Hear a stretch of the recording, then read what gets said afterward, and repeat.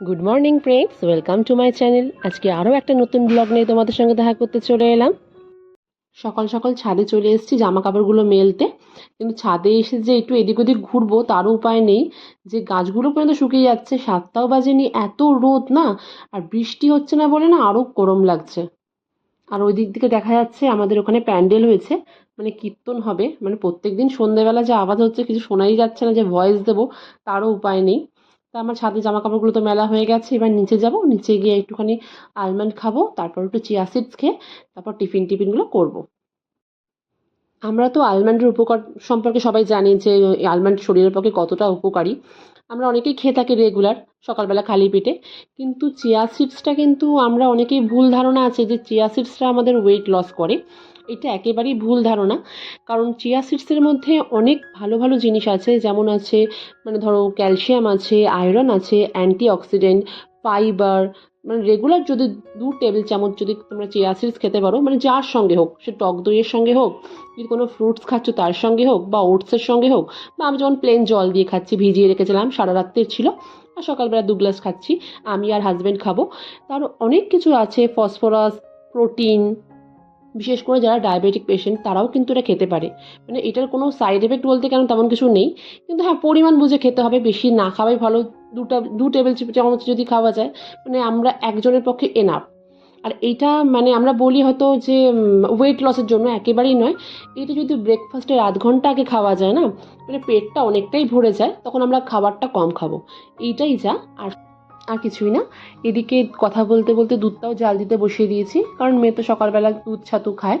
তাই জন্য দুধটা পুরো বরফ হয়ে আছে, এটা এখন গলতে অনেকক্ষণ টাইম লাগবে। তাই জন্য চাটাও নিয়ে নিয়েছি। চা বলতে সকালবেলা আমি গ্রিন টি খাই, চিনি ছাড়া। তা আগে চাটা খেয়ে নিই, ততক্ষণে বরফটা একটুখানি গলে যাবে। এদিকে দেওর আর বর খাবে দুধ চা, তা ওদের জন্য দুধ চাও বসাতে হবে। তা দুধটাও দেখছি অনেকটা, মানে বরফটা অনেকটা গলে গেছে, এখনো জাল দেওয়া হয়নি, বলে না পুরো বরফ হয়েছিল। তা ওদের জন্য দুধ চা করবো। তা আমার এদিকে চা খাওয়া হয়ে গেছে, তা ওদের দুধ চাটা বসিয়ে দিয়েছি।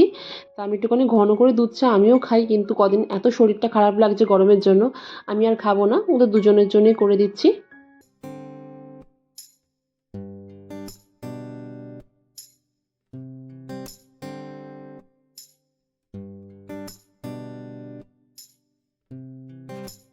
দুধ চা হচ্ছে এমন একটা জিনিস না, যদি কালারটা ভালো না আসে না, দেখবে মনে হবে সেই চাটা ভালো হয়নি। তা আমার যতক্ষণ না একটা উপর দিয়ে মনে হচ্ছে সর ভাসছে, ততক্ষণ ভাবি যে চাটা মনে হচ্ছে ভালো হয়নি। কিন্তু দেখছি বেশ চাটা বেশ দেখতেও সুন্দর হয়েছে, খেতে ইচ্ছা করছে, কিন্তু আজকে খাবো না বললাম। তা আজকে সিম্পলের মধ্যে ব্রেকফাস্ট করব। আজকে ভাবছি একটুখানি গুড় আছে, গুড় দিয়ে দুধ দিয়ে আর মুড়ি আর ছাতু খাবো। তো এইদিকে মেয়েকে তুলতে চলে এসেছি, কারণ এদিকে দুধটা তো জাল দেওয়া হয়ে গেছে। ওকে তাড়াতাড়ি করে ওঠাবো, উঠিয়ে তারপর গান করবে যেহেতু, ওই জন্য আগে সকাল সকাল একটু উঠিয়ে দিই, তারপর ব্রেকফাস্ট করে তারপর নিচে গান করতে যায়। কোনো মামা দাঁতটা মাজো, দুধটা ঠান্ডা হয়ে যাচ্ছে, তাড়াতাড়ি ভালো করে।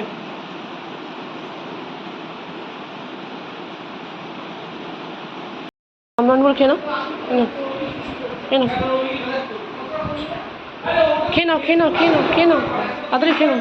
সাদা হয়ে যাচ্ছে মুখটা পুরো তোর, কেন বলতো, ভীষণ বিচ্ছিরি লাগে। খাও খাও খাও,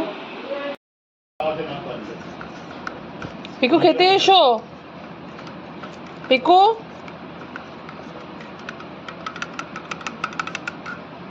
বাচ্চাদের একটা হেলদি ব্রেকফাস্টের মধ্যে হচ্ছে দুধ ছাতু, যেটা অনেকক্ষণ পেটে থাকবে। দেখবে অনেক বাচ্চারা সকালবেলা এটা ওটা খেতে চায়, কিন্তু দেখবে যদি সুজি বা অত এরকম দুধ ছাতু খাওয়ানো যায় না, দুধ দিয়ে যদি সুজি করো সেটাও কিন্তু খুব হেলদি, শরীরে অনেকক্ষণ থাকে। তা আমি তো ওকে রেগুলারই দুধ ছাতুই খাওয়াই। মেয়েকে ব্রেকফাস্ট করানো হয়ে গেছে, এবার আমিও খেয়ে নেবো টিফিনটা। তা আমি আজকে বললাম যেহেতু সিম্পল খাবো, তো এদিকে গুড় তো ছিল, কিন্তু শীতের গুড়ের একটা আলাদা টেস্ট, কিন্তু এই গুড়টা খারাপ ছিল না খেতে। তা এর মধ্যে নিয়েছিলাম দুধ, একটু ছাতুও বেশি করে নিয়ে নিয়েছিলাম, যাতে আমার পেটটা ভরে যায়। এটা আমার খুব ভালো লাগে খেতে। আমি যখন আগে মামা বাড়িতে যেতাম, আগে দিদা এরকম করে দিত, আর ভীষণ ভালো লাগতো খেতে, ওই হ্যাবিটটাই থেকে গেছে। তাই এদিকে বারান্দায় দাঁড়িয়ে দাঁড়িয়ে খাচ্ছি, মানে যেখানে যাচ্ছি সেখানেই মনে হচ্ছে গরম লাগছে, কোথাও একটুকু হাওয়া দিচ্ছে না, মানে গাছের পাতাগুলোও নড়ছে না। তো এদিকে আমার ব্রেকফাস্টটা প্রায় হয়ে এসছে। তা আজকে যেহেতু পিসি কাজ করতে আসবে না, আজকে হচ্ছে সব মিলেমিশে কাজ করতে হবে। মানে সবাই মিলে করলে তাড়াতাড়ি হয়েও যাবে। তা আমি আজকে ঘরটারগুলো মুছে নেবো, আর এদিকে তমস্বী মানে আমার যা, ও নিচটা মুছে নেবে, আমি ওপরতলাটা মুছে নেবো। তাই এদিকে সব আগে বিছানাটা গুছিয়ে নিচ্ছি। বিছানাটা ভাবছি চাদরটা চেঞ্জ করব, চাদরটা চেঞ্জ করে তারপর একটু কাচাকুচিটা নয় পরে করব, তার আগে ঘর ফরগুলো মুছে রান্নাঘরটা পরিষ্কার করব। মা ওইদিকে রান্না বসিয়ে দিয়েছে, কারণ মা ওই দিকটা দেখছে আর আমরা এই দিকটা দেখছি। কারণ কাজটা তাড়াতাড়ি করে কেউ তো হয়ে যায়, সবাই মিলে করলে বেশিক্ষণ লাগে না। আর দেখো তাদেরও তো একটুখানি ঘোরাফেরা আছে, তারা তো রোজ রোজ মানে 365 দিন কাজ করছে, তারাও তো দুদিন ছুটি চায় না। তাই জন্য আমরাও ঠিক আছে বাবা মিলেমিশে করলে তো আর লাগবে না বেশিক্ষণ। তাই এই দিকটা আমরা দেখছিলাম। তা আমার মোটামুটি বিছানা গোছানো হয়ে গেছে। তা আবার মা রান্নাটা করলে তারপর রান্নাঘরটা পরিষ্কার করবো। এবার আমি ঘর মুছবো, কারণ মেয়েকে নিচে পাঠিয়ে দিয়েছি গান করতে। যেদিনকে যেদিনকে পিসি হয়তো কামাই করে, সেদিনকে আমি আমার ঘর বা ডাইনিং বা রান্নাঘর হয়তো এতক্ষণ ধরে পরিষ্কার করি না। হয়তো তখন ওরা রেগুলার কাজ করে, ওরা যতটুকু তাড়াতাড়ি করে হয়তো করে চলে যাবে, আবার অন্য একটা বাড়িতে কাজ করতে যাবে। কিন্তু মনে হয় কি এক একদিন আমাদেরও করা উচিত, সপ্তাহে একটা দিন অন্তত যদি নিজের ঘরটা বা নিজের যেই রান্নাঘরটা যদি নিজের হাতে পরিষ্কার করা যায় না, মনের দিক দিয়ে অনেক স্যাটিসফাই হওয়া যায়। কারণ কি বলতো, অন্যরা যেইভাবে করবে না, নিজের দেখবে তুমি আরও পরিষ্কারভাবে, আর মনে দেখবে একটা শান্তি থাকে যে না আমি আমার নিজের ঘরটা এত সুন্দর করে মানে পরিষ্কার বেশি লাগে মনে হয়। আমার এটা মনে হয়, কারণ আমি যখনই করি তখন এইভাবে পরিষ্কারভাবে চেষ্টা করি। আমার তো লাঠি দিয়ে একদম মুছতে ভালো লাগে না, মনে হয় যেন কোথাও কোনাকুঞ্চিতে অনেক নোংরা থেকে যায়।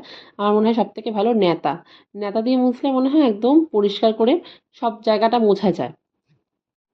কথা বলতে বলতে আমার ঘরটাও মোছা হয়ে গেছে, এদিকে বারান্দাটাও মোছা হয়ে গেছে, আর ডাইনিংটা আর ওইদিকে আমার জায়ের ঘরটা মুছলেই হয়ে যাবে। তারপর আমি চলে এসেছি রান্নাঘরে, ওই কাজগুলো তাড়াতাড়ি করে কমপ্লিট করে, কারণ এতটা দেখালে অনেকটা লং ভিডিও হয়ে যাবে, যেটা একটু বিরক্তিকর লাগবে। তাই এদিকে আমি রান্নাঘরে চলে এসেছি। আর রান্নাঘরটা পরিষ্কার করতে আমার ভীষণ ভালো লাগে। মনে হয় কি যেন সপ্তাহে যদি একটা দিন নিজের হাতে রান্নাঘরটা পরিষ্কার করা যায়, তাহলে কি বলতো নিজেরও ভালো লাগে।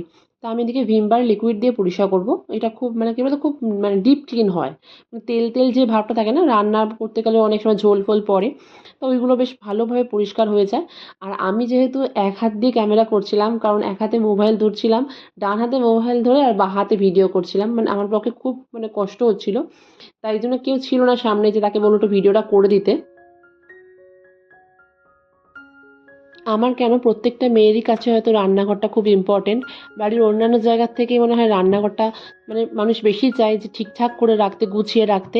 কারণ দুবেলা যেখানে রান্না হচ্ছে না, সেই জায়গাটা যদি পরিষ্কার না থাকে, দেখবে দেখতেও ভালো লাগে না আর মনের দিক থেকেও স্যাটিসফ্যাকশন আসে না।